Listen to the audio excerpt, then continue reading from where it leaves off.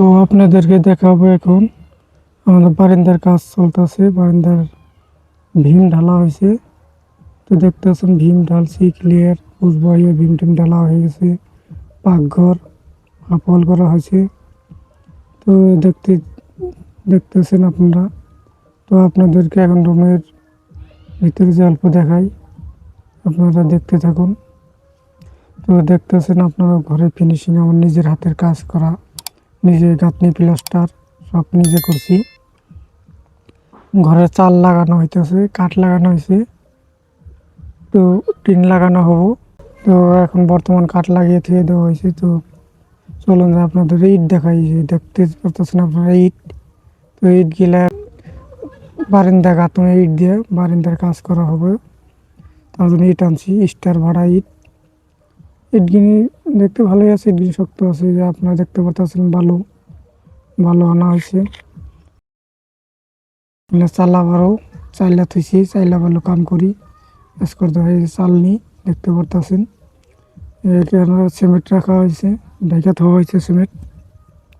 তো এই যে পাথর রাখা হয়েছে এই জায়গায়, আপনারা দেখতেছেন পাথর কয়েল রড রাখা হয়েছে এখানে।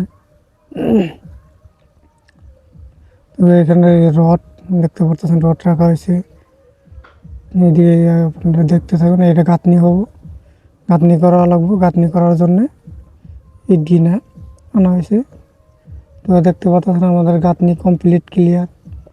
তো গাঁথনি মাঝে একটা টানা ভীম দিছি যাতে মজবুত হয়, সেই কারণে 5 ইঞ্চি গাঁথনি করে দিছি। উপরে পিছিয়ে ঢালাই দেওয়া হয়েছে, পিছিয়ে ঢালাই দিয়েছি যাতে মজবুত হওয়ার জন্যে।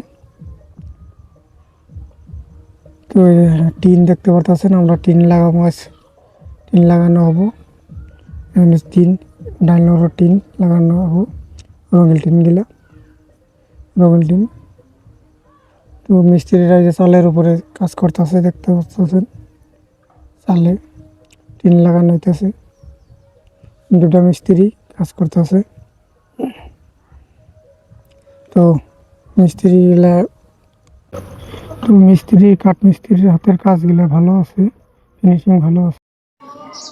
তো দেখতে পাচ্ছেন আমরা ঘর তৈরি করতেছি, বারান্দার কাম করতে, ঘর তৈরি করতেছি। ঘরের বারান্দা তৈরি করা হইতেছে।